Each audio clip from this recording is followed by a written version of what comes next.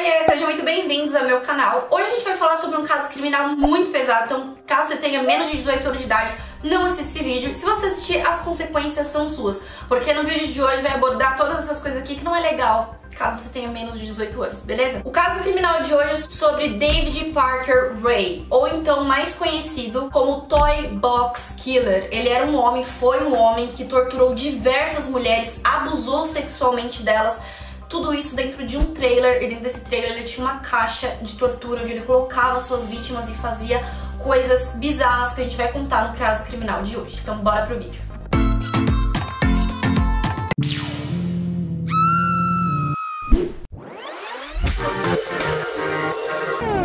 David nasceu no dia 6 de novembro de 1939 e ele teve também, como vários outros serial killers, uma infância totalmente conturbada. Durante sua infância, ele e sua irmã mais nova, Peg, viveram com seus avós. Eles foram praticamente criados por seus avós, porque tanto seu pai quanto a sua mãe não eram pais, vamos dizer assim. O pai deles era alcoólatra, ele vivia espancando a mulher dentro de casa, fazia várias atrocidades, e a mãe também não queria saber de nada, então ela basicamente deixou os seus dois filhos para os seus pais cuidarem. Então o David e a irmã dele foram criados pelos avós. Só que não foi uma coisa bonita eles terem sido criados pelos avós, porque o avô deles, seu avô Ethan Ray, ele tinha mais ou menos 70 anos e ele era um homem extremamente rígido. Ele tinha, assim, regras absurdas, e quando o David e a irmã dele não cumpriam essas regras, eles tinham umas punições pesadas para uma criança ali de 10 anos na época. Então, durante toda a infância deles, eles não foram totalmente conturbados, né, pelo pai alcoólatra, a mãe que abandonou eles, o pai também,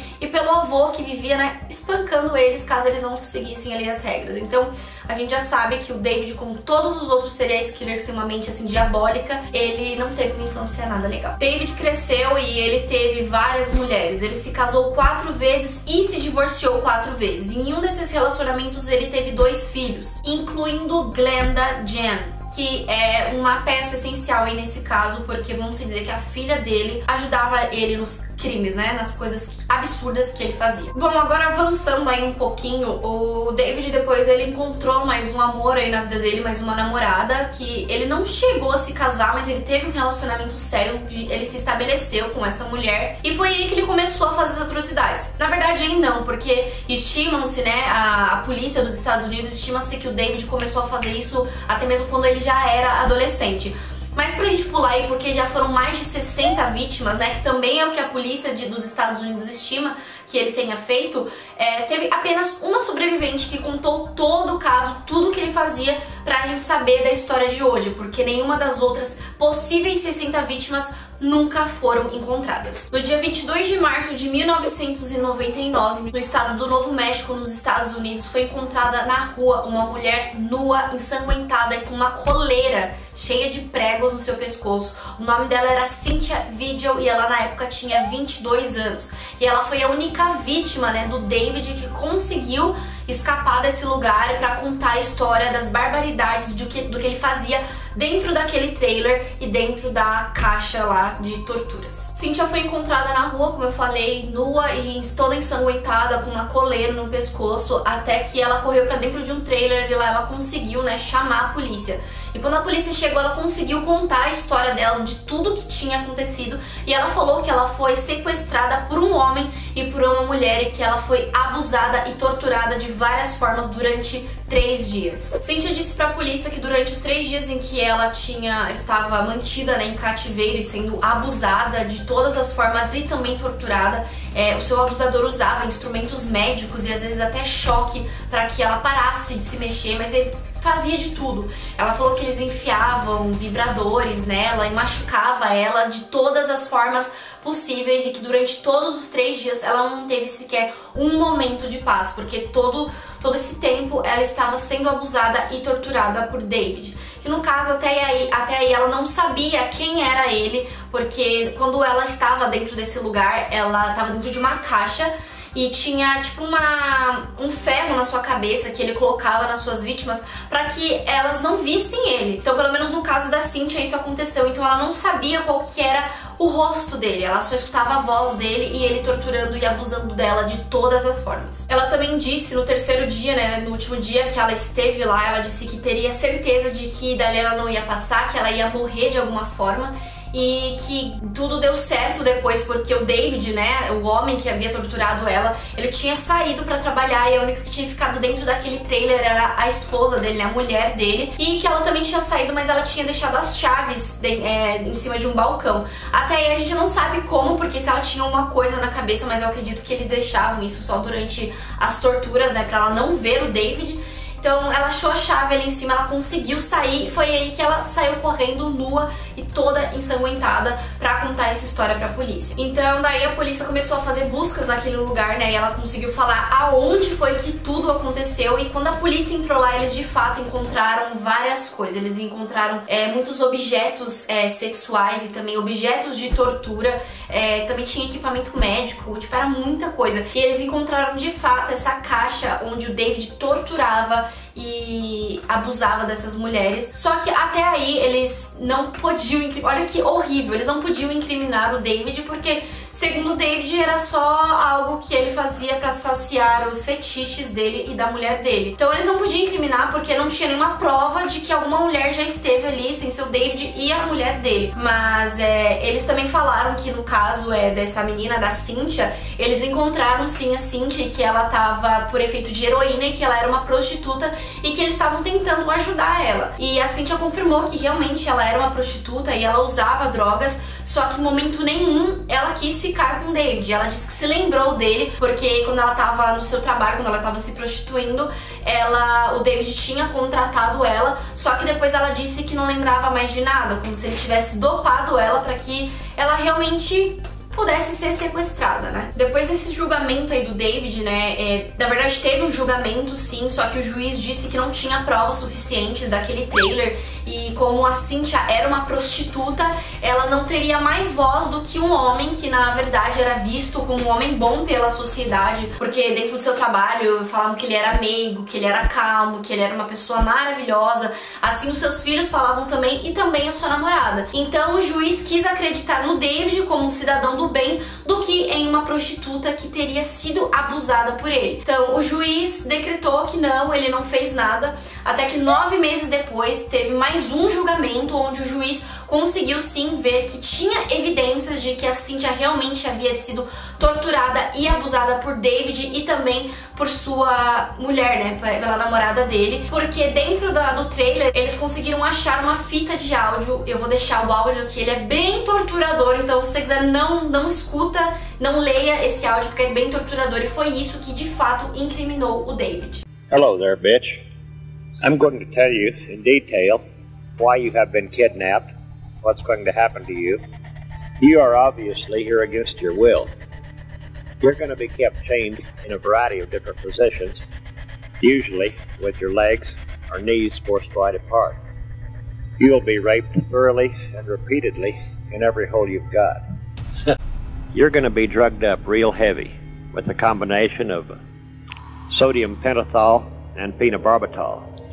You're not going to remember a fucking thing about this little adventure or what has happened to you. Dentro do trailer também, além deles encontrarem tudo aquilo que eles já tinham encontrado antes, que eram objetos sexuais, de sadomasoquismo e tudo mais, eles também encontravam vários retratos que o próprio David desenhava ou pintava de mulheres sendo torturadas. Então aquilo também foi mais uma prova de que ele realmente era um abusador e um torturador e que ele realmente tinha abusado e torturado de Cynthia. Depois de um tempo, quando o David tinha ali sido... Ele não tinha ainda sido sentenciado, mas a polícia tava de olho nele. Uma mulher chamada Angélica Montano também disse que foi abusada e torturada pelo casal, mas que ela não tinha provas disso porque tudo tava na cabeça dela como se fosse um pesadelo. Mas ela disse que depois de tudo que ela tinha visto na televisão e nos jornais ali da época, ela realmente tinha passado por aquilo. Foi aí que ela também decidiu procurar a polícia e também foi mais uma evidência, mas ela não quis continuar ali com a queixa. Não sei porque, acho que não teve provas o suficiente, então ela não conseguiu provar que de fato isso teria acontecido. E as pessoas pensaram que de fato aquilo teria sido apenas um pesadelo da cabeça dela, mas ela sim poderia ter sido mais uma das vítimas aí do David e de sua namorada. A polícia também encontrou dentro do trailer um vídeo, né, de uma fita cassete que o David e a namorada dele haviam gravado, e isso eles encontraram depois que eles estavam presos já, do David e a mulher dele abusando de uma garota. E essa garota, na verdade, quem tinha sequestrado foi a própria filha do David. Ela participava também dos abusos e ela mais sequestrava do que participava. A filha do David, a Jessie, ela era amiga dessa menina que também foi abusada. O nome da menina era Kelly. Ela tinha sido forçada pra sair e beber com a filha do David e o David. Ela achou meio estranho, mas ela foi basicamente forçada a sair. E depois disso ela também foi dopada e levada pra esse trailer e foi abusada e torturada de todas as formas que as outras meninas também foram. No começo, o David pegou 2 sentenças de 15 anos por assassinato em 2º grau e conspiração para cometer assassinato em 1º grau. Mas com 11 anos aí ele pegou uma condicional, mas logo em seguida ele foi preso novamente. A prisão preventiva até 2021. Cindy, a namorada do David na época, também pegou 36 anos de prisão por ajudar ele e tudo mais. Eu não sei porque de começo ela pegou mais tempo do que ele, mas ela foi culpada por também torturar, abusar e sequestrar dessas mulheres. E ela também testemunhou contra o David, né, pra ela conseguir aí uma condicional, mas ela acabou que não conseguiu.